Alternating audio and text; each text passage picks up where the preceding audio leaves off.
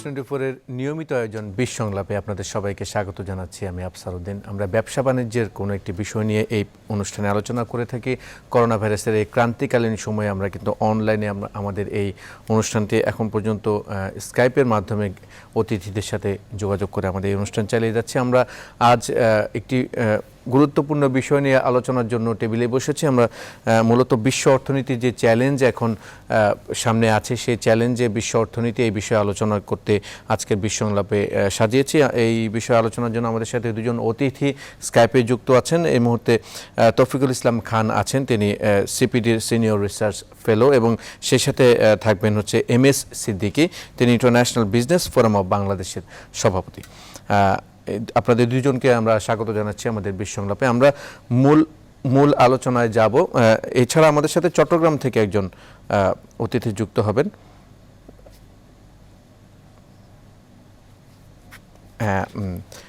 আমরা মূল আলোচনা যাওয়ার আগে মূলত আমাদের হাতে দুটি প্রতিবেদন আছে, আমরা প্রতিবেদনগুলো দেখে নেব। করোনার প্রভাবে বাংলাদেশের বৈদেশিক শ্রমবাজারে নেমে আসতে পারে ভয়ঙ্কর বিপর্যয়, চাকরি হারাতে পারেন লাখ লাখ শ্রমিক। বিশ্বব্যাংক বলছে গেল বছরের তুলনায় এবছর রেমিটেন্স কমে যেতে পারে 22%। বিশেষজ্ঞদের মতে বৈদেশিক শ্রমবাজার তথা দেশের অর্থনীতি বাঁচাতে প্রবাসী শ্রমিকদের ব্যাপারে এখন থেকেই সরকারকে বিশেষ এবং দীর্ঘমেয়াদী পরিকল্পনা নিতে হবে। এ বিষয়ে লাকমিনা জাসমিন সময় আমাদের প্রতিবেদকে একটি প্রতিবেদন করেছেন, সেটি দেখে আসব। করোনা সংকটের প্রভাবে তেলের দাম কমে যাওয়ায় স্থবিরতা নেমে এসেছে মধ্যপ্রাচ্যের অর্থনীতিতে। দেশে দেশে চলছে কর্মী ছাঁটাই। প্রবাসী শ্রমিকদের নিজ দেশে ফিরে যেতে তাগাদা দিচ্ছে সংশ্লিষ্ট দেশগুলো। আর বাংলাদেশের বৈদেশিক কর্মসংস্থানের অন্তত 85% এই অঞ্চলে হওয়ায় হুমকিতে পড়েছে পুরো শ্রমবাজার। এমন পরিস্থিতিতে বাংলাদেশের বৈদেশিক শ্রমবাজারে চরম বিপর্যয়ের আশঙ্কা করছেন বিশেষজ্ঞরা। বড় রকম সংকটে আসলে পড়েই গেছে, কারণ একটা বড় সংখ্যায় মানুষ দেশে ফেরত চলে আসতে বাধ্য হয়েছেন, আরো হয়তো ভবিষ্যতে আসবেন, এবং এনারা আদৌ ভবিষ্যতে তাদের কাজ ফেরত পাবেন কিনা এরকম নিশ্চয়তা নেই। ইতিমধ্যে আমাদের 1.5 লাখ লোক বিদেশে যেতে পারেনি। ফেব্রুয়ারির মাঝামাঝি থেকে মার্চ এই সময় অন্তত পক্ষে 2 লাখের বেশি প্রবাসী ফিরে এসেছে, এবং 1 কোটিরও বেশি লোক যারা বিদেশে আছেন তাদের একটা বড় অংশেরও কাজ নেই। বিশ্বব্যাংকের পূর্বাভাস, বাংলাদেশে গেল বছরের তুলনায় চলতি বছর প্রবাসী আয় 22% কমে যেতে পারে। $18 বিলিয়ন থেকে নেমে যেতে পারে $14 বিলিয়ন। পরিস্থিতি অনুকূলে নেই স্বীকার করছেন প্রবাসী কল্যাণ ও বৈদেশিক কর্মসংস্থান মন্ত্রীও। এটাতে তো আমরাও এফেক্টেড, ওরাও এফেক্টেড, যার জন্য ওখান থেকে ম্যাক্সিমাম মানুষ ছাঁটাই করে ফেরত পাঠাচ্ছে। আর এর সাথে আনডকুমেন্টেড তো আমাদের ওখানে অনেকগুলি আছে। পরিস্থিতি মোকাবেলায় এখনই দীর্ঘমেয়াদী পরিকল্পনা জরুরি বলে মনে করছেন বিশেষজ্ঞরা। দেশে তাদের জীবিকা জীবন নির্বাহের একটা নতুন বা বিকল্প জায়গা হয়তো চিন্তা করতে হবে, কারণ অচিরেই তারা হয়তো আর বিদেশে ফেরত যেতে পারবেন না। শুধু প্রণোদনা দিয়ে এই সংকট মোকাবেলা করা যাবে না। আমরা আমাদের কর্মীদের ফের কি করে পাঠাতে পারি, বিদেশে যারা আছেন তারা পরিস্থিতি স্বাভাবিক হলে কি করে কাজে যুক্ত হতে পারেন, সেই বিষয়গুলো আমাদের মাথায় রাখতে হবে। স্বাধীনতার পর থেকে এ পর্যন্ত যে 1,28 লাখ কর্মী বিদেশে গেছেন, তাদের মধ্যে অন্তত 1 কোটি শ্রমিকের কর্মসংস্থান হয়েছে মধ্যপ্রাচ্যের 10-12টি দেশে। লাকমিনা জাসমিন সোমা, নিউজ 24, ঢাকা। আমরা প্রতিবেদনটি দেখলাম। আরেকটি বিষয়, বড় ধসের মুখে 2 কোটি মানুষের জীবন জীবিকার অবলম্বন ক্ষুদ্র মাঝারি শিল্প। কেউ চাকরি হারানোর শঙ্কায়, কেউ আবার নিজেদের শেষ পুঁজিটুকু হারানোর শঙ্কায় দিন পার করছেন। বৈশাখের পর এবার সবচেয়ে বড় ব্যবসার মৌসুম, ঈদেও মুনাফা দূরে থাক, পুঁজি ফেরত পাবার নিশ্চয়তাটুকু পাচ্ছেন না তারা। সরকার প্রণোদনা ঘোষণা করলেও তা নিয়ে রয়েছে নানা জটিলতা। সুলতান আহমেদের একটি প্রতিবেদন। ছোট ছোট কারখানা আর হাতে গোনা কয়েকজন শ্রমিক, এমন ক্ষুদ্র শিল্পের সঙ্গে জড়িত ব্যবসায়ী প্রায় 20 লাখ। বিভিন্ন কুটির শিল্পের সঙ্গেও জড়িত এদেশের প্রায় 68 লাখ উদ্যোক্তা। সরকারি হিসেবে দেশে ক্ষুদ্র ও মাঝারি মানের এসব শিল্পে কর্মরত প্রায় 2.5 কোটি মানুষ, যাদের প্রায় সবাই করোনায় ক্ষতিগ্রস্ত।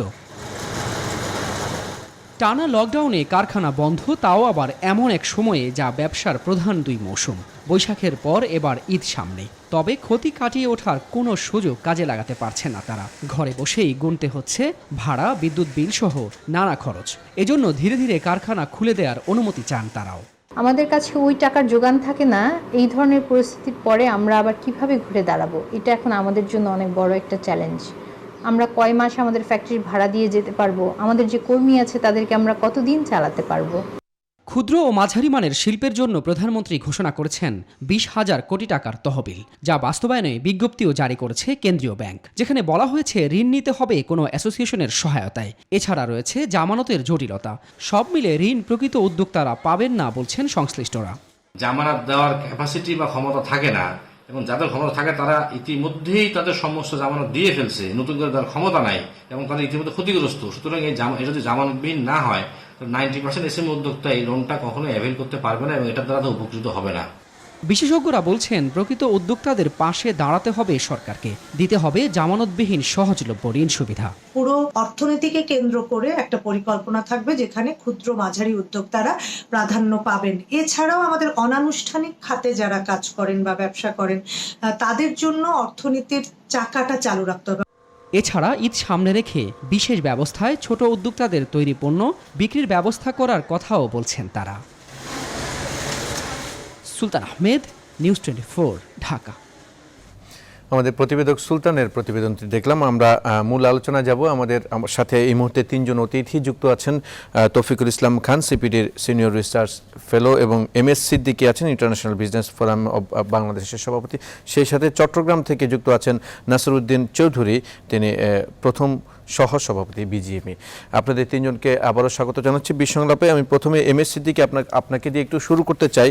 মূলত বৈশ্বিক যেই অর্থনীতি এবং ব্যবসা বাণিজ্য যে চ্যালেঞ্জের মুখে পড়েছে, তার কারণে অনেকেই বলছেন যে একটা নতুন করে একটা বিশ্বমন্দা আসার একটা ইঙ্গিত তারা পাচ্ছেন। এই বিশ্বমন্দার ইঙ্গিত আসলে কতটা চাক্ষুষ আপনারা দেখতে পাচ্ছেন? কি আশঙ্কা করছেন এই মুহূর্তে করোনার কারণে পরিস্থিতি? MS সিদ্দিকী। আমরা যখন আনসার্টেনিটি শুরু হলো, তখন যখন গার্মেন্টস গুলো ডিসকাশনের উপরে চালু করা হলো গার্মেন্টস গুলো, তখন অনেক করে অনেকগুলো গার্মেন্টস ইন্ডাস্ট্রি প্রোডাকশন শুরু করে দিল। এতে মনে হচ্ছে যে বিশ্বের বিভিন্ন বায়াররা আছে, এরা অর্ডারকৃত প্রোডাক্ট নেওয়ার ব্যাপারে আগ্রহ রেখেছে। সরকারও এই ব্যাপারে তাদের উপর এবং দেখা যাচ্ছে যে প্রোডাকশন শুরু হয়ে গেছে। আমি এক্সপোর্ট গার্মেন্টস শুরু করলাম। আমাদের বাজারের যে নরমালি কিছু কর্মকাণ্ড রেস্ট্রিকশন বন্ধ করে দেওয়ার পরেও, তার মানে ইকোনমিক বৈশ্বিক বায়াররাও আগ্রহ।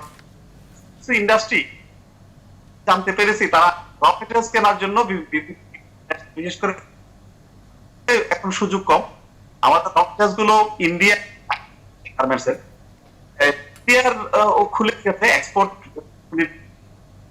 এবং চায়না ওপেন সব দিক থেকে। সুতরাং হচ্ছে যে সাপ্লাই চেইনটা অ্যাপ্রক্সিমেটলি 3.5-4 বিলিয়ন ক্যান্সার মনে হচ্ছে যে ইন্ডাস্ট্রি গুলো সাপ্লাই চেইনটাকে ক্ষতি করেছে, সেটাকে করা যাবে। দিক থেকে মনে হচ্ছে, আমি নিজে খুব আশাবাদী মনে করছি যে আমরা তার হয়তো দ্রুত তোমারের দিকে যেতে পারবো। যদিও এটা লং টার্ম রূপেই আমাদের জিডিপি গ্রোথ যে 8+, সেটা হয়তো 3-4%, তারপরেও অনেক এদিক থেকে ভালো করবো। আমি আপনাদের যে প্রতিবেদন দেখালেন, রিসেশন আসবে, তাদের ক্রুড প্রাইস হচ্ছে 40 থেকে 50 টাকা, সেই অনুযায়ী তারা মার্কেট করে। এখন 0 ক্রুড অয়েলের প্রাইস। সুতরাং প্রচ্ছন্ন হবে মিডল দেশগুলো, কোটির যে লোকজন কাজ করে, এদের অনেকে হয়ে যেতে পারে। তারা যখন ফিরে আসবে এবং বাংলাদেশের বেকারের সংখ্যা এমনিতেই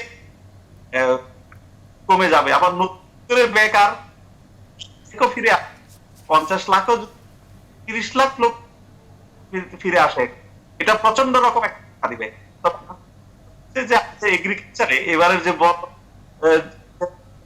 বলছেন যে ভালো ফসল হয়েছে এবং ধান প্রায়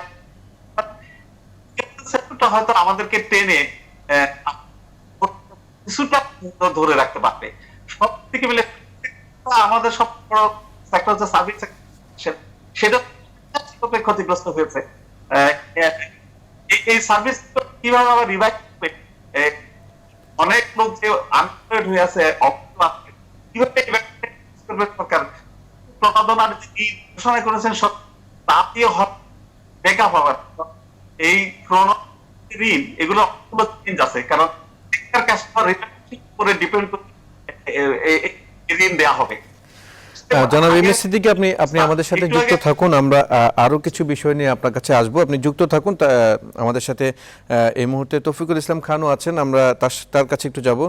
জনাব তৌফিকুল ইসলাম খান, যে বিষয়টি আমরা আজকে নির্ধারণ করেছি, বৈশ্বিক অর্থনীতি এখন চ্যালেঞ্জের মুখে পড়ছে। আমরা যদি নেতিবাচক প্রভাবগুলো চিন্তা করি করোনার এই মুহূর্তে, এই নেতিবাচক প্রভাবটা আসলে যদি আমরা হাইপোথেসিসের কথাই বলি, সেক্ষেত্রে কতদিন এবং কতটা প্রভাব ফেলতে পারে বৈশ্বিক অর্থনীতিতে, যেটা পুরোপুরি অর্থনীতিকে ভয়াবহ দিকে নিয়ে যেতে পারে, কি বলবেন তৌফিকুল ইসলাম? আসলে এটা আমি বলবো যে এটাকে আমরা যেটা বলি ক্লাস $1 মিলিয়ন কোশ্চেন। এটা যদি এখন কেউ এটার উত্তর দিতে পারেন, আমার মনে হয় যে তিনি সবচাইতে সমাদৃত ব্যক্তি হবেন সারা পৃথিবীতে। যেটা ধারণা করা হচ্ছে, নিঃসন্দেহে আমাদের সারা পৃথিবী এক ধরনের মন্দার ভিতরে যাবে। বিশ্ব মন্দা বলতে আমরা যে ধরনের এর আগে আমাদের অভিজ্ঞতা হচ্ছে, তার থেকে এবারের অভিজ্ঞতা আরো বেশি গভীরতর হবে বলে এটা আশঙ্কা করা হচ্ছে। এটা একটা বড় কারণ হলো, আপনারা দেখবেন এর আগে আমরা সাম্প্রতিক সময়ে যে বিশ্ব মন্দা দেখেছি, এটা 2008-9 সালে আপনাদের হয়তো মনে আছে, দর্শকদেরও মনে আছে। সে সময়ে যদি আপনি চিন্তা করে দেখেন, এটা মূলত ছিল হলো আর্থিক খাতের থেকে উদ্ভূত একটি পরিস্থিতি, এবং যে ধরনের দেশগুলো এই বিশ্ব আর্থিক ব্যবস্থার সাথে অতখানি যুক্ত ছিল না, তাদের উপরে প্রভাবটা কম এসেছিল, বাংলাদেশ তাদের অন্যতম। কিন্তু এইবারের যেই সংকটটা এসেছে, এটা কিন্তু আপনি দেখবেন যে মোটামুটি বিশ্বের প্রায় 80% দেশে বা এখন তো প্রায় 90% দেশে এটা কিন্তু খুব গভীরতর ভাবে আছে। ফলে সব জায়গাতেই কিন্তু আপনার যেখানে খুবই সামান্য মাত্রায় এই ধরনের ভাইরাসের সংক্রমণ দেখা গেছে, সেখানেও কিন্তু পুরো অর্থনীতিকে বন্ধ করে রেখে তারা এটা মোকাবেলা করছেন। ফলে এটা সার্বিকভাবে প্রতিটি দেশের জন্যই যুক্ত। ফলে এখন কতখানি গভীরতম হবে এটা নির্ভর করবে যে কত দ্রুত আমরা এর থেকে বের হতে পারবো। আমরা এখনো কিন্তু এর থেকে বের হতে পারি নাই। ফলে বের হতে যেহেতু পারি নাই, সেহেতু আমরা জানি না যে এটা আসলে কত গভীর হবে। আর যেটা ধারণা করা হচ্ছে যে কিছু কিছু তো এখন পর্যন্ত প্রাথমিক প্রাক্কলন করা হয়েছে, অনেক দেশই বলছে যে তাদের 5 থেকে 6 বছর এটা লাগবে এর থেকে বের হয়ে আসছে। বাংলাদেশের মতো অর্থনীতিগুলো নিঃসন্দেহে বিশ্বের অন্যান্য অনেকগুলো বড় অর্থনীতির তুলনায় হয়তো একটু কম প্রভাব পড়বে যদি আমি নাম্বারের দিক থেকে যাই, কিন্তু আমাদের সার্বিকভাবে আমাদের যেহেতু উন্নয়নের বিভিন্ন চ্যালেঞ্জ আছে, এটাকে আমাদের বিস্তৃতভাবে উন্নয়ন প্রেক্ষাপটের ভিতরে দেখতে হবে। একটা আপনারা বলেছেন যে এটা নিঃসন্দেহে আমাদের যারা বিদেশি শ্রমিকরা আছেন তাদের একটা কর্মসংস্থান একটু কমে যাবে, অনেকে হয়তো ফেরত আসবেন, নতুন করে কর্মসংস্থান তৈরি করতে কিছুটা সময় লাগবে, এবং এটা পুনর জায়গায় ফেরত যাওয়াটা, আমরা বলছি আগের জায়গায় ফেরত যাওয়াটাই ক্রাইসিসের আগে, সেটাই একটা বড় চ্যালেঞ্জ হবে। দ্বিতীয় জায়গাটা তো আমাদের রপ্তানি একটা বড় অংশ, আমাদের যে ম্যানুফ্যাকচারিং খাত তার ভেতরেও প্রায় 1/3 আমাদের রপ্তানিমুখী। সেই জায়গাটাতে যদি বাজার চাহিদা কমে যায় এবং সেই জায়গাটা আমাদের রিকভারির জায়গা আছে। তৃতীয় আর একটা জায়গা আছে, সাধারণত এই ধরনের যখন আমরা ঝুঁকির মধ্যে পড়ি বাংলাদেশের মতো দেশগুলো, আমরা বিশ্বের থেকে কিন্তু এক ধরনের সাহায্য আশা করি, আর্থিক সাহায্য।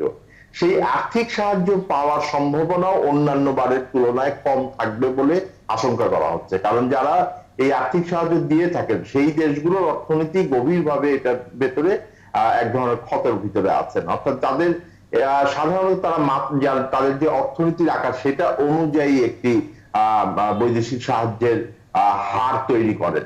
এখন সেইখানে যেহেতু তাদের অর্থনীতি সংকুচিত হবে, ফলে আমাদের বৈদেশিক সাহায্য পাওয়ার সুযোগগুলোকেও কিন্তু আস্তে আস্তে কমে যাবে। ফলে সার্বিকভাবে এটা বাংলাদেশের জন্য অর্থনীতির জন্য গুরুত্বপূর্ণ এই কারণে যে এটার থেকে রিকভারিও হয়তো আমাদের একটু ভিন্ন ভাবে হবে আগের যেই ধরনের আমরা ক্রাইসিস গুলো দেখেছি তার থেকে। ফলে এটা একটা হলো যে কিছু কিছু জায়গায় যেমন জাম্প স্টার্ট করবে, আর নিঃসন্দেহে সচল হওয়ার সাথে সাথে কিছু চাহিদা বাড়বে এবং সেই স্টক গুলো এখন কমে যাচ্ছে, সেই স্টক গুলো পূরণ করার জায়গা আসবে। কিন্তু মধ্যমেয়াদের যে ক্ষতিগুলো জায়গাগুলো আছে, যে গ্যাপ গুলো তৈরি হয়েছে, এটা ফেরত আসতে হয়তো সময় লাগবে। ফলে আমি মনে করছি যে প্রায় 4-5 বছরের একটা রিকভারি পিরিয়ডের জন্য আমাদের হয়তো অপেক্ষা করতে হচ্ছে। অনেক ধন্যবাদ জনাব তৌফিকুল ইসলাম, আপনি থাকুন আমাদের সাথে। আমরা একটু চট্টগ্রামে যাব এখন। চট্টগ্রামে জনাব নাসিরউদ্দিন চৌধুরী তিনি যুক্ত আছেন আমাদের সাথে। জনাব নাসিরউদ্দিন চৌধুরী, মূলত আমরা যতটুকু দেখতে পাচ্ছি বৈশ্বিক অর্থনীতি চ্যালেঞ্জের মুখে পড়া মানে কিন্তু বিশ্বের অংশ হিসেবে বাংলাদেশের অর্থনীতিও কিন্তু অনেকটা ঝুঁকিতে পড়ে যাওয়া। আমরা যতটুকু জনাব তৌফিকুল ইসলাম খান যেটি বলছিলেন যে বাংলাদেশের এফেক্টেড হওয়ার আশঙ্কা অন্যান্য দেশের তুলনায় কিছুটা হলেও কম আছে, তারপর দেশের ব্যবসা বাণিজ্য এখন কোন কোন দিক থেকে হুমকির মুখে আছে সে বিষয়ে আপনার কাছে একটু জানতে চাইব জনাব নাসির।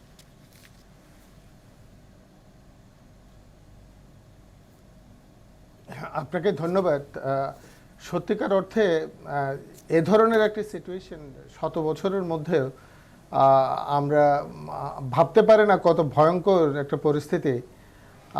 গত প্রায় 1.5 মাস ধরে প্রতিটি মানুষ আসলে ঘরের মধ্যে আছে, তারা অর্থনৈতিক কর্মকাণ্ড থেকে অনেকটা দূরে। আমাদের দেশের মতো অর্থনীতিতে এটি একটি অত্যন্ত অস্বাভাবিক একটা পরিস্থিতি তৈরি করছে এবং ভয়ানক একটি বিপদ সংকুল অবস্থায় বলা যায়। এটা অন্য উন্নত দেশের সাথে তুলনা করার সুযোগ এখানে নেই। আসলে পুরো বিশ্বের প্রতিটি দেশ যেখানে এফেক্টেড, এখানে আসলে বাংলাদেশকে তো আর আমরা আলাদাভাবে দেখতে পারবো না। তবে বাংলাদেশের অর্থনৈতিক কাঠামোতে আমাদের চ্যালেঞ্জটা আমার মনে হয় অনেক অনেক গুণ বেশি, কারণ আমাদের এখানে জীবনের সাথে জীবিকার প্রশ্নটা খুব বেশি সামনে চলে আসছে। কারণ মানুষ জীবনের মায়া করছে না, তার জীবিকার প্রয়োজনে সে বেরিয়ে আসছে। এটি হয়তো অনেক উন্নত দেশে এই ধরনের বিষয় হচ্ছে না, তারা জীবনটাকে চিন্তা করে তারা হয়তো কয়েক মাসও বসে থাকতে পারবে ঘরে। কিন্তু আমার দেশের মানুষ যারা প্রতিদিনের ইনকাম প্রতিদিন না করলে তারা খেতে পায় না, এ ধরনের মানুষগুলোকে কিন্তু লকডাউন করে ঘরে বসিয়ে রাখার কোনো সুযোগ নেই এবং তারা বসে থাকবেও না, কারণ জীবিকাটা তাকে বেঁচে থাকার। অনেক ক্ষেত্রে আমরা বলতে শুনি যে আমি যদি বের না হই, আমি যদি কিছু না করি, তাহলে আমি হয়তো ঘরেই অনাহারে মৃত্যুবরণ করতে হবে, আমার সন্তানকে অনাহারে মরতে হবে। এ ধরনের একটা পরিস্থিতি সেখানে আসলে দীর্ঘদিন ধরে মানুষকে আসলে ঘরে বসিয়ে রাখাটা কঠিন, যে কারণে সরকার খুব চেষ্টা করছেন, খুব ছোট আকারে হলেও অর্থনৈতিক অ্যাক্টিভিটিসগুলোকে কিছুটা মুভ করানোর। এটি একটি খুব ভালো উদ্যোগ। আমরা সর্বোচ্চ স্বাস্থ্য সুরক্ষার বিষয়টুকু নিশ্চিত করে আমরা মনে হয় নিজেদেরকে এই প্র্যাকটিসে নিয়ে যেতে হবে, কারণ আমরা নিশ্চিতভাবে বলতে পারছি না এই ধরনের সিচুয়েশন আগামী 15 দিনে শেষ হবে, আগামী 1 মাস পর শেষ হবে, বা আগামী 2 মাস পর শেষ হবে। যেহেতু একটা অনিশ্চিত বিষয়, অতএব আমাদেরকে আমার মনে হয় ধীরে ধীরে এটা শুরু করতে হবে। এই পরিবেশ পরিস্থিতিতে আমাদেরকে নিজেদেরকে মানিয়ে নিতে হবে, সুরক্ষার বিষয়টিকে আমাদেরকে সচেতন হতে হবে। প্রত্যেককে স্বাস্থ্য সুরক্ষার বিষয়গুলো শতভাগ সচেতন থেকে আমাদের মনে হয় সীমিত আকারে আমরা অর্থনৈতিক অ্যাক্টিভিটিসে যদি জড়িত হতে থাকি, ধীরে ধীরে আমরা হয়তো ভয়ানক একটা পরিস্থিতি থেকে মুক্তি পেতে পারি। হয়তো বড়সড় বিপদের দিকে যে আমরা যাচ্ছি, দুর্ভিক্ষের দিকে যাব, যে মানুষগুলো না খেয়ে মরার পরিস্থিতি হবে না।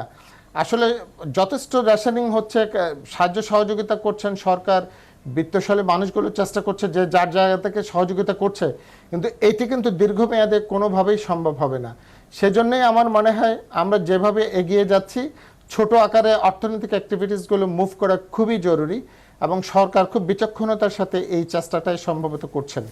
আমরা আশা করতে চাই আমরা সাহসী একটি জাতি, আমরা এ ধরনের পরিস্থিতি থেকে আমরা ওভারকাম করতে পারবো। সবাই ঐক্যবদ্ধভাবে চেষ্টা করে আমরা ইকোনমিক অ্যাক্টিভিটিসগুলোকে যদি আমরা মুভ করতে পারি, ইনশাআল্লাহ আমরা এই ধরনের একটা সিচুয়েশন থেকে ওভারকাম করতে পারবো। ধন্যবাদ জনাব নাসিরউদ্দিন, থাকুন আমাদের সাথে যুক্ত। আমরা এবার একটু এমএসসির দিকে আপনার কাছে একটু যাবো আরেকবার। মূলত বৈশ্বিক ব্যবসা বাণিজ্য হুমকিতে বিধায় কিন্তু অর্থনীতিও চ্যালেঞ্জের মুখে পড়েছে। ব্যবসা বাণিজ্যের এই হুমকিগুলো এখন খাতভিত্তিক যদি আমরা ধরি বৈশ্বিকভাবে, সেই হুমকিগুলো এখন কোন কোন খাতে কিভাবে আসলে প্রভাব ফেলছে, কি মনে করছেন আপনি এমএসসি দিকে? আমি তো প্রথমে গার্মেন্টস এর কথা বলেছি। গার্মেন্টস থেকে যদি শুরু করি, আমাদের প্রথম হুমকি হচ্ছে সাপ্লাই চেইনের ডিসরাপশন। সেটা আমাদের যে সোর্স থেকে র মেটেরিয়ালস আছে সেখানে ডিসরাপশন হয়েছে। আর সবচেয়ে বড় কথা হচ্ছে ডিমান্ড সাইডে আমাদের বায়ার সিরিয়াসলি ওদের কিন্তু একদম কমার্শিয়াল ট্রানজাকশন হয়নি। তারা আমাদের এই কাজগুলো নিয়ে তারাও তো অনেকটা ঝাপটায় পড়তে এগুলো বিক্রি করতে পারে না। আমাদের ওয়েস্টার্ন বায়াররা যখন কেনাকাটা কমিয়ে দিবে, এক্সপোর্টটাও এখন এই টোটাল সাপ্লাই চেইনে আমদানি তো আমরা যদিও অনেকটুকু ওপেন হয়েছে মনে হচ্ছে।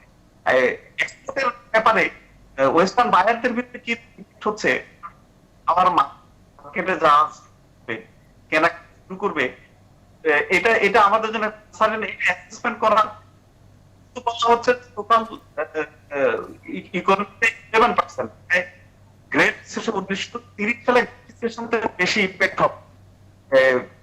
তাহলে আমাদের কি অবস্থা হবে? 2008 সালে বলতে পারি, 2008 শুরু হলো, সবাই বলবো যে আমাদের গার্মেন্টস পড়বে। বাস্তবে যে আমাদের গার্মেন্টস এর এক্সপোর্ট গেল, যে ওয়েস্টার্ন ওয়ার্ল্ডে ব্র্যান্ড প্রোডাক্ট গুলোর ডিমান্ড কমে, কিন্তু ডিমান্ড বেড়ে গেল, যেটা আমাদের দেশে গার্মেন্টস গুলো করে সাপে বড়, কারণ লো টেকনোলজি লো প্রাইসড গার্মেন্ট সেটা ডিমান্ড বেড়ে গেল। সুতরাং আমরা 2008 সেই সুবিধা দিয়ে আবার আমাদের ডোমেস্টিক মার্কেটে আপনি দেখেন, domestic local business domestic demand কমে, প্রোডাকশন একটা স্থবিরতা আসবে, আমদানিও আমাদের রিমিটেন্স কমে যাবে। এখনো 22% নাকি একটু বলেছেন যে এখন এই ট্রেন্ডটা কিন্তু থাকবে, কমে যাওয়ার আগে আমাদের ডলারের একটা ঘাটতি দেখার সম্ভাবনা। সুতরাং আমরা র মেটেরিয়ালস ফিনিশ প্রোডাক্ট গুলোর ঠিক বেড়ে যাবে। আমার এটা বলতে যে কমে বেকারের সংখ্যা বেড়ে যাবে। আমাদের ক্ষুদ্র আছে মেইন প্রোডাকশন সেক্টর, ক্ষুদ্র প্রতিষ্ঠানগুলো এগুলো কখন তারা অপারেশনাল হতে পারবে এবং এরা কখন অন্তত ব্রেক কখন আসতে পারবে প্রতিষ্ঠান চান্স থাকেন। সুতরাং কিছু মিলে খুব আশাবাদী কিছু বলা যায় না।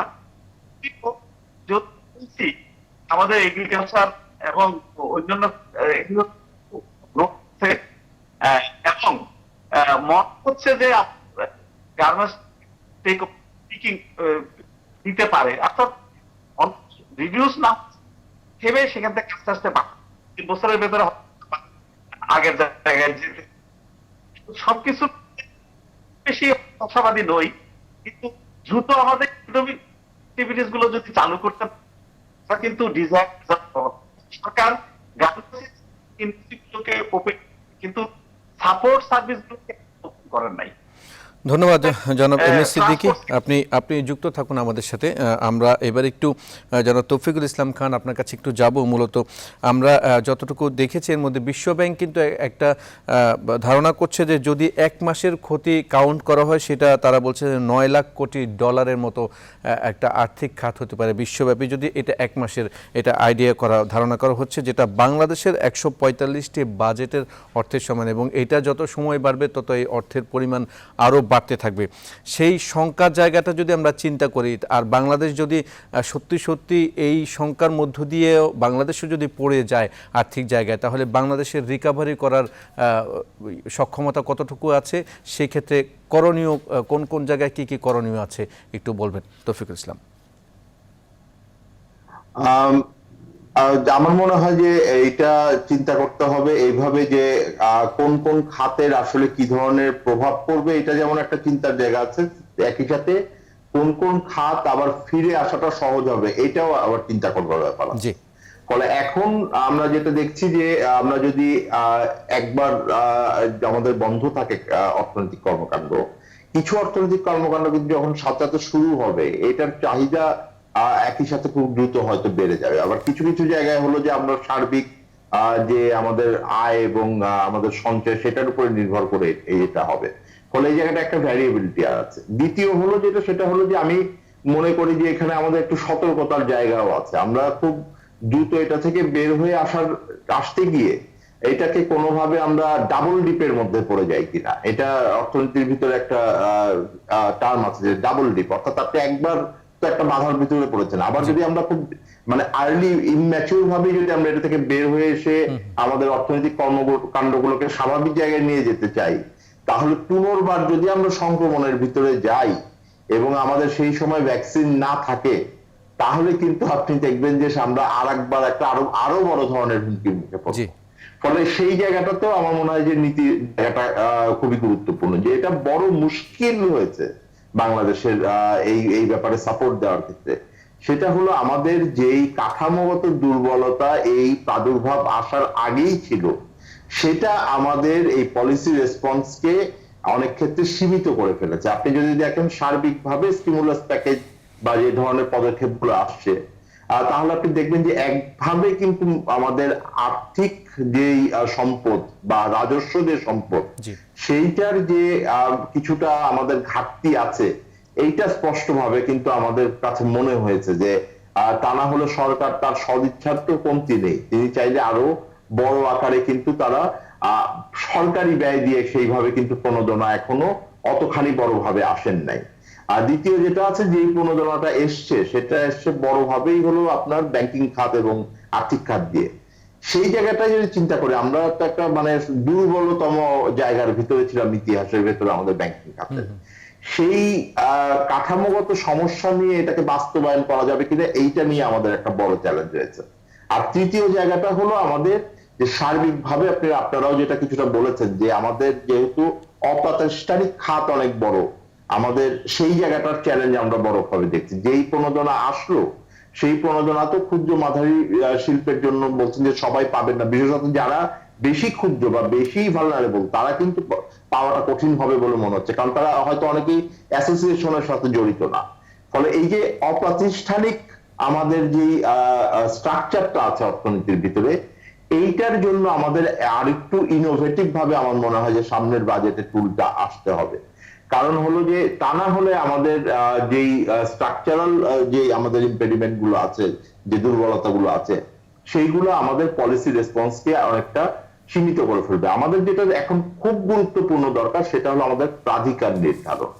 নিঃসন্দেহে প্রত্যেকটি খাত এটা ক্ষতিগ্রস্ত হয়েছে, প্রত্যেকটি খাতের বিভিন্ন চাহিদা থাকবে, তারা চাবেন যে তাদেরকে প্রোটেকশন দেওয়া হোক, কিন্তু আমরা কাদেরকে দিতে পারবো কাদেরকে দিতে পারবো না, এই প্রায়োরিটিটা লাগবে। দ্বিতীয় হলো আমাদের কিছু মধ্যমেয়াদের উন্নয়ন কর্মকাণ্ড এবং উন্নয়ন অভিষ্ট ছিল, সেইটারও এখন প্রায়োরিটাইজেশন লাগবে। কারণ হলো যে আমরা দেখবেন যে আপনি কিছুটা বোধহয় সরকার চিন্তা করেছেন যে সামনের অর্থ বছরে বার্ষিক উন্নয়ন কর্মসূচির আকার কিছুটা কমিয়ে আনা হয়েছে। এই ধরনের বিষয়গুলো আমাদের সামনে আনতে হবে, যে কোন কোন প্রকল্পগুলোতে আমরা এখন এটা ইনভেস্ট না করে আমরা মোর রিকভারিতে আগামী 1-2 বছরে আমরা ইনভেস্ট করি, এবং তারপরে আমার যে মধ্যমেয়াদী স্বাভাবিক যেই আমার উন্নয়ন কর্মকাণ্ড ছিল সেই জায়গাটায় মনোযোগ দেওয়া। এবং সরকার একটা ধারণা দিয়েছেন যে তাদের যে 8ম পঞ্চবার্ষিক পরিকল্পনা আছে, সেইটাকেও তারা পুনর্বিন্যাস করছেন এই দৃষ্টিভঙ্গি থেকে। আমার মনে হয় এই তিনটি যে স্ট্রাকচারাল আমরা সমস্যা, কাঠামোগত দুর্বলতার কথা বললাম, সেটাকে বিবেচনায় নিয়ে আমাদের সামনের দিনের নীতি জায়গাগুলোকে স্পষ্ট করতে হবে। ধন্যবাদ জনাব তৌফিকুল ইসলাম। আপনারা তিনজনই আমাদের সাথে যুক্ত আছেন, জনাব তৌফিকুল ইসলাম খান, এম এস সিদ্দিকী এবং নাসিরউদ্দিন চৌধুরী। আপনারা থাকুন আমাদের সাথে, আমরা ছোট্ট একটি বিরতিতে যাব। দর্শক, বিশ্ব সংলাপের এই মুহূর্তে নিচ্ছে একটি ছোট্ট বিরতি, আমাদের সাথেই থাকুন।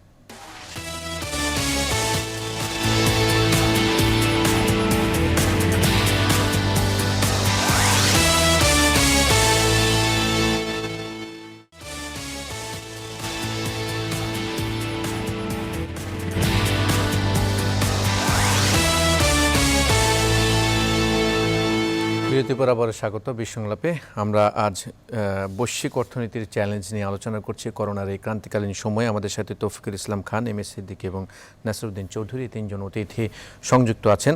আমি এই মুহূর্তে নাসিরউদ্দিন চৌধুরী আপনার কাছে একটু যাব। মূলত আমরা দেশীয় শিল্পের যে হুমকিগুলো সেগুলো নিয়ে আপনারা তিনজনই কিছু না কিছু বলেছেন। একটু করোনার কারণে দেশীয় শিল্পের হুমকিগুলো সামনে আমরা কি কি ফেস করতে পারি এবং সেই অবস্থানে কার কি করণীয় আছে সে বিষয়ে আপনার কাছে একটু জানতে চাইবো জনাব নাসির।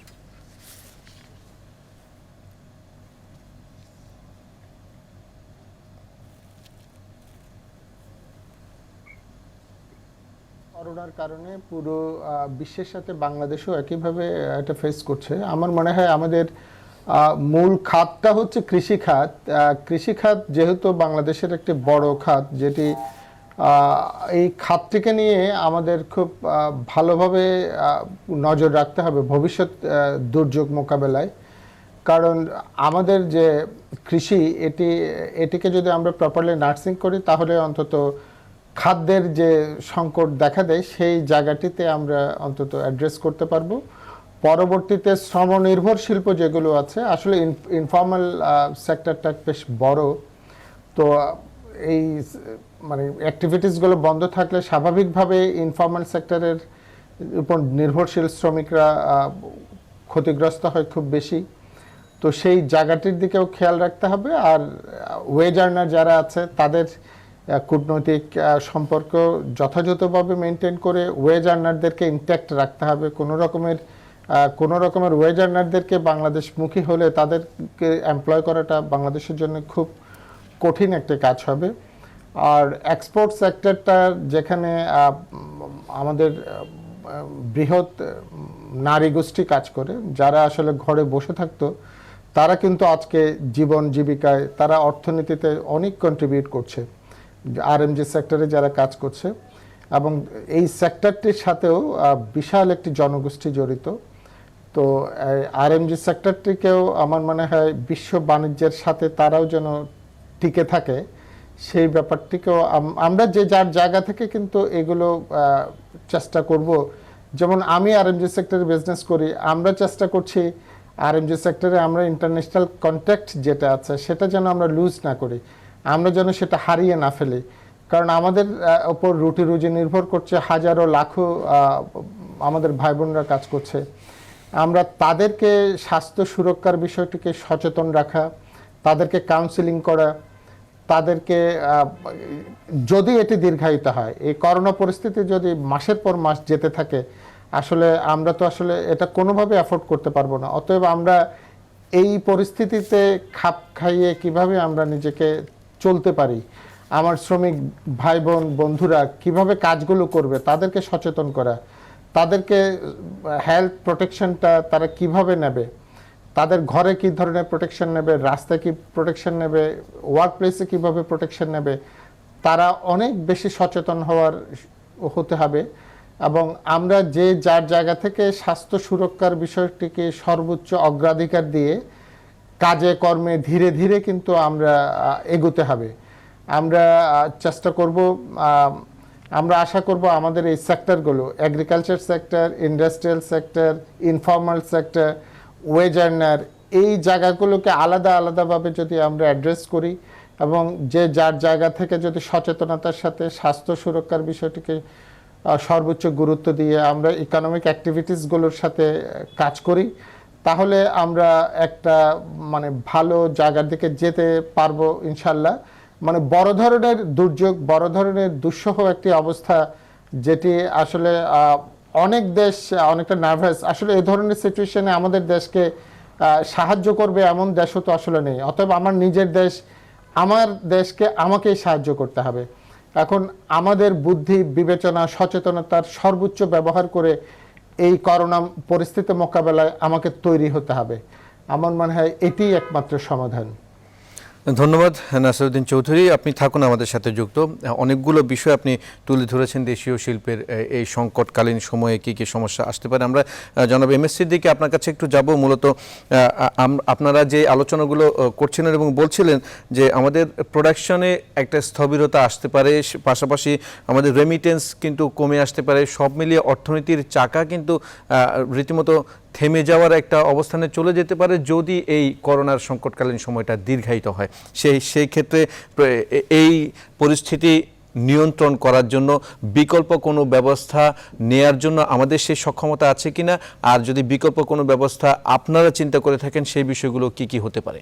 জনাব এমএস সিদ্দিকী।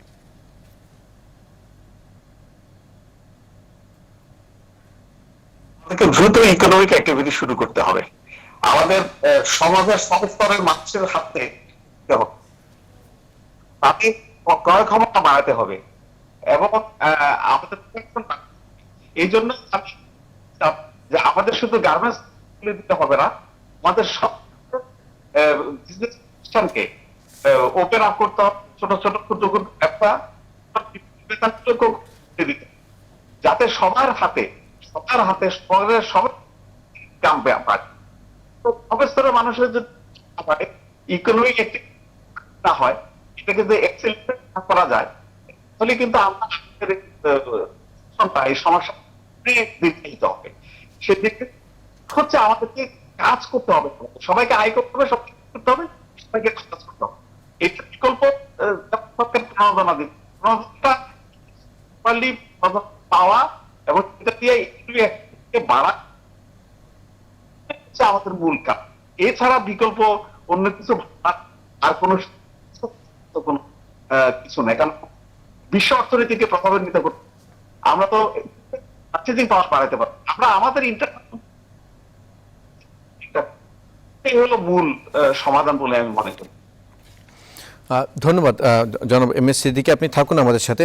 আমি এবারে একটু জনাব তৌফিকুল ইসলাম খান আপনার কাছে একটু যাব। মূলত আমরা দেখেছি যে বৈশ্বিক গবেষণা প্রতিষ্ঠানগুলো কিন্তু একের পর এক হাইপোথিসিস করছে, বিভিন্ন ধরনের গবেষণা করে তারা কিন্তু আর্থিক ক্ষতির যে চিত্র, সেই চিত্রগুলো তুলে ধরার চেষ্টা করছে। বাংলাদেশেও ঢাকা বিশ্ববিদ্যালয়ের স্বাস্থ্য অর্থনীতি বিভাগের একটি গবেষক দল কিন্তু একটা ছোট্ট গবেষণা করেছে। তারা বলছেন যে 1 মাসের ক্ষতি তারা হিসাব করছেন 1,02,300 কোটি টাকার মতো শুধু বাংলাদেশে হতে পারে, যদি সেটা 1 মাসের কাউন্ট করা হয়।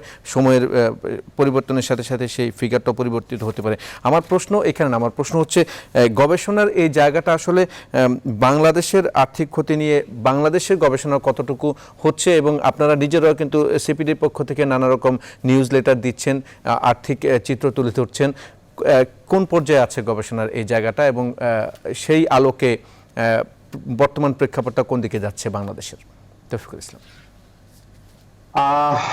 না, এটা সত্যি কথা যে আমাদের যে এখন বর্তমান পরিস্থিতিতে এখানে আমি যেটা বলছি যে গবেষণা নির্ভর যে নীতি পদক্ষেপ, এইটা সবচাইতে গুরুত্বপূর্ণ হবে। কারণ হলো যে আমরা অনেক ক্ষেত্রেই 2 ধরনের বিষয়ের চাপে আছি। একটা হলো অনুমান ভিত্তিক আমাদের যে আমরা সিদ্ধান্ত কিছু আমরা বলছি বা সুপারিশ বলছি, এটা একটা।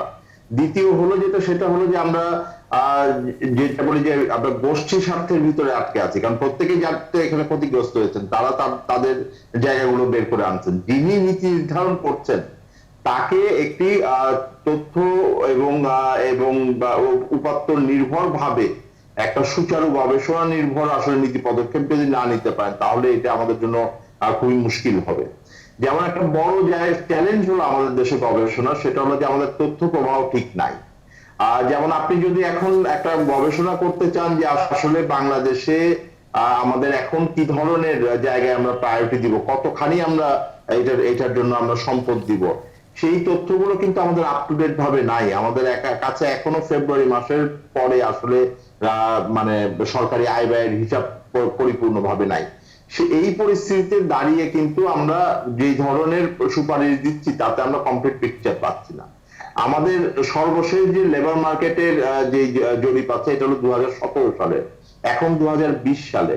আর সেটাকে নির্ভর করেই আমরা যেমন সিপিডির পক্ষ থেকে আমরা একটা প্রণোদনা কাঠামো কি হতে পারে যারা নিম্নবিত্ত এবং নিম্ন মধ্যবিত্ত মানুষ আছেন তাদেরটা তুলে ধরার চেষ্টা করেছি।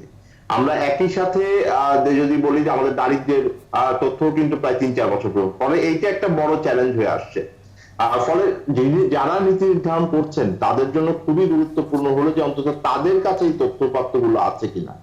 এখন বড় সমস্যা হলো যে সার্বিকভাবে অর্থনীতির প্রতি বিচার করার চাইতে এখন অনেক বেশি গুরুত্বপূর্ণ হলো আমরা সেক্টরাল ভাবে এটাকে করতে পারি কিনা এবং এটার জন্য কি পরিমাণ আর্থিক সম্পদ লাগবে সেটা দেখতে পারি কিনা এবং তার কি প্রভাব পড়বে সেইটা আমরা দেখতে পারি। ফলে এই তিনটার মধ্যে একটা সমন্বয়ের দরকার আছে।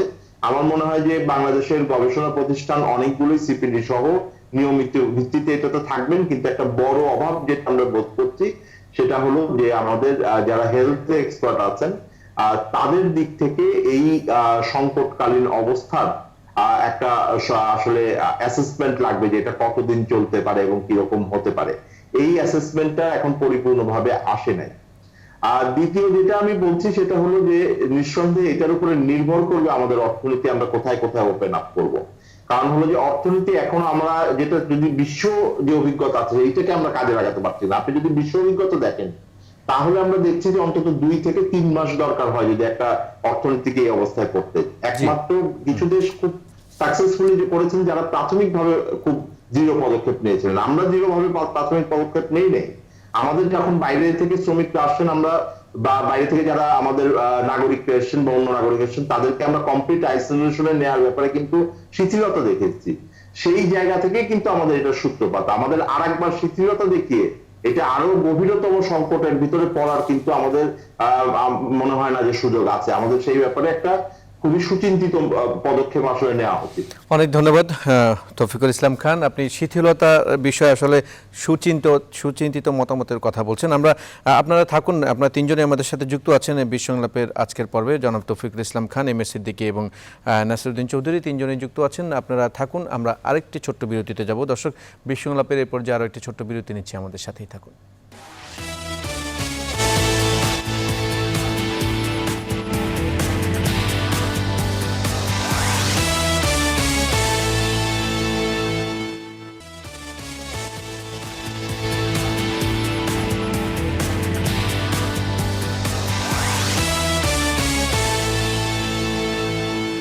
বিরতির পর আবার স্বাগত বিশ্ব সংলাপে। আমরা চ্যালেঞ্জে বিশ্ব অর্থনীতি এই বিষয়ে আলোচনা করছি। আমাদের সাথে তিনজন অতিথি যুক্ত আছেন। আমরা একদম অনুষ্ঠানের শেষ পর্যায়ে আছি। আমরা একদম সংক্ষেপে আপনাদের তিনজনের কাছে আরেকবার করে যাব। জনাব নাসিরউদ্দিন চৌধুরী, আপনাকে দিয়ে শুরু করতে চাই। মূলত আমরা যে বিষয়টি দেখতে পাচ্ছি যে এই মুহূর্তে কিন্তু প্রত্যেকের খরচের খাতগুলো চালু আছে, কিন্তু আয়ের খাত অনেকেরই বন্ধ। বিশেষ করে আমি উদ্যোক্তাদের কথা বলতে চাই। উদ্যোক্তাদের বাঁচাতে কি ধরনের উদ্যোগ এই মুহূর্তে দরকার, একদম সংক্ষেপে 1 মিনিটে বলবেন জনাব নাসিরউদ্দিন। প্রণোদনা ঘোষণা করেছেন, এটা হচ্ছে আসলে মূলত জি, এটা সেই অর্থে প্রণোদনা নয়। আমি মনে করি যে গ্র্যান্ট দেওয়া উচিত, এবং শুধু এই গ্র্যান্টটা শুধু ইন্ডাস্ট্রিকে নয়, সরকার ঘোষণা করেছে যে শ্রমিকদের বেতন ডিস্ট্রিবিউশন করে দেওয়ার মতো অবস্থা করে আরো প্রণোদনা দেওয়া উচিত। জি, আমরা জনাব নাসিরউদ্দিন চৌধুরী আপনার কাছে এই প্রশ্নটি রেখেছিলাম। মূলত উদ্যোক্তাদের জন্য কি উদ্যোগ দরকার তাদের বাঁচানোর জন্য? জি, ডাইরেক্ট দিলে এন্টারপ্রেনাররা বেনিফিটেড হবে, বেনিফিটেড হবে। আচ্ছা, সেক্ষেত্রে উদ্যোগগুলো কি কি হতে পারে, মানে একটু যদি বলতেন। কে সরকার? হ্যাঁ, প্রশাসনিকভাবে হোক, আপনাদের এফবিসি সংস্থাগুলোর পক্ষ থেকে হোক, যেভাবে হোক। ঠিক আছে, ধন্যবাদ। আমরা এবার একটু জনাব এম এস সিদ্দিকী আপনার কাছে যাব। নাসিরউদ্দিন চৌধুরী, আপনাকে ধন্যবাদ, আমাদের সাথে যুক্ত থাকুন। আমরা জনাব এম এস সিদ্দিকী আপনার কাছে একটু যাব। মূলত তৌফিকুল ইসলাম খান যেটি বলছিলেন যে এই মুহূর্তে এমন সতর্কতা দরকার যাতে করে এই সংকটকালীন সময়টা পার করার জন্য আবার মূলত ডাবল ডিপ সিচুয়েশন না তৈরি হয়। সেক্ষেত্রে যদি কারখানা খোলা রাখতেই হয় অর্থনীতির চাকা চালু করার ক্ষেত্রে, সেক্ষেত্রে কী ধরনের সতর্কতা এই মুহূর্তে খুব জরুরি? জনাব এম এস সিদ্দিকী একদম সংক্ষেপে বলবেন। যত ধরনের কোভিড-19 ব্যাপারে যত ধরনের সেটা তো করবেনই, তবে আমি যতটুকু জানি ইন্ডাস্ট্রি গুলোতে এখন যে সিস্টেম চালু হয়েছে সব অ্যালায়েন্সের পরে এখন তো অনেক ইন্ডাস্ট্রি গুলো, সুতরাং ইন্ডাস্ট্রি গুলো আমার যত ধারণা তারা মেনে চলছেন এবং এগুলো আমরা জিনিস আমরা পলিসি থেকে শুরু করে ইন্ডাস্ট্রি কেউই অভ্যস্ত নয়, আমরা অভ্যস্ত, আমরা আমাদের দেশের সচেতনতা এবং সবাই এডুকেটেড। আমার মনে হয় যেভাবে চলছে আমরা একটু স্লো ব্যাপারে এটা আরো কিছু কম করে নিশ্চয়ই এটা কমপ্লায়েন্ট হচ্ছে, আমরা দাবি করতে পারি 100% কমপ্লায়েন্ট। অনেক ধন্যবাদ জনাব এম.এস. সিদ্দিকী। আমরা জনাব তৌফিকুল ইসলাম খান আপনার কাছে যাওয়া আপনার কথা ধরে একটু যেতে চাই যে আপনি মূলত সংক্রমণের বিষয়ে আরও সতর্ক হওয়ার কথা বলছেন। শ্রমিকরা যদি এখন কাজ চালিয়েও যান, কর্মস্থলে সব ধরনের সতর্কতা অবলম্বন করার পরও যখন তারা বেরিয়ে আসছেন, বাসায় ফিরছেন, এই সময়টুকু তাদের স্বাস্থ্য সুরক্ষা দেওয়ার জন্য প্রশাসনিক কী ব্যবস্থা এই মুহূর্তে উদ্যোগ নেওয়া উচিত, স্পেশালি কারণ তারা তো কর্মস্থলে বের হচ্ছেন? জনাব তৌফিকুল ইসলাম। আমি সুপারিশ দিতে পারি যে আপনারা প্রত্যেকটা জায়গায় আলাদা করে গাড়ি দেন, তাদেরকে জায়গা মতো পৌঁছে দেন। আপনাকে চিন্তা করতে হবে যে এই ধরনের সুপারিশ বাস্তবসম্মত কিনা, আমাদের আসলে প্রত্যেককে গ্র্যান্ট দেওয়ার মতো আর্থিক ক্ষমতা আছে কিনা। যদি আর্থিক ক্ষমতা না থাকে তাহলে তো আমাদের এই ধরনের সুপারিশ দেওয়ার কোনো অর্থ নাই। দ্বিতীয় হলো যেটা যে এটা তো একটা প্রাতিষ্ঠানিক খাত, তাদের তো তাও অন্তত এক ধরনের ব্যবস্থা আছে। যারা অপ্রাতিষ্ঠানিক খাতে আছেন, যেটা আমাদের প্রায় 90% শ্রমিক, তাদের তো আসলে এই ধরনের কোনো ব্যবস্থা নাই। ফলে আমি যেটা বলছিলাম যে আমাদের প্রাধিকার নির্ধারণ করতে হবে, আমাদের সবারই চাহিদা থাকবে, সবাই ক্ষতিগ্রস্ত হয়েছেন, এত বড় ক্রাইসিস হবে ক্ষতিগ্রস্ত হবেন না তা না, এটা তো গ্যারান্টিড ভাবে কোনো কিছু আসে না। কিন্তু যারা গরিব মানুষ আছেন, যাদের সঞ্চয় নাই, এই ধরনের ঝুঁকি থেকে বের হওয়ার সুযোগ নাই, তাদেরকে আমাদের নীতি নির্ধারণের সবচেয়ে আগে রাখতে হবে। যাদের সঞ্চয় আছে, যাদের প্রফিট করার সুযোগ আছে, তাদেরকে যদি আমি সামনে রেখে চিন্তা করে চুইয়ে পড়া অর্থনীতির উপরে নির্ভরশীল থাকি, আমার মনে হয় যে এটার থেকে আমরা আরো বড় ধরনের ক্ষতির মুখে পড়তে যাচ্ছি। অনেক ধন্যবাদ জনাব তৌফিকুল ইসলাম খান। আপনারা তিনজন আমাদের সাথে যুক্ত ছিলেন, তৌফিকুল ইসলাম খান, এম.এস. সিদ্দিকী এবং নাসিরউদ্দিন চৌধুরী। আপনাদের তিনজনকে অসংখ্য ধন্যবাদ আমাদের আজকের বিশ সংলাপে যুক্ত হওয়ার জন্য। দর্শক, আজকের বিশ সংলাপ থেকে এই মুহূর্তে বিদায় নিচ্ছি। পরবর্তী পর্ব দেখার আমন্ত্রণ জানিয়ে সবাই ভালো থাকবেন, সুস্থ থাকবেন। ধন্যবাদ সবাইকে।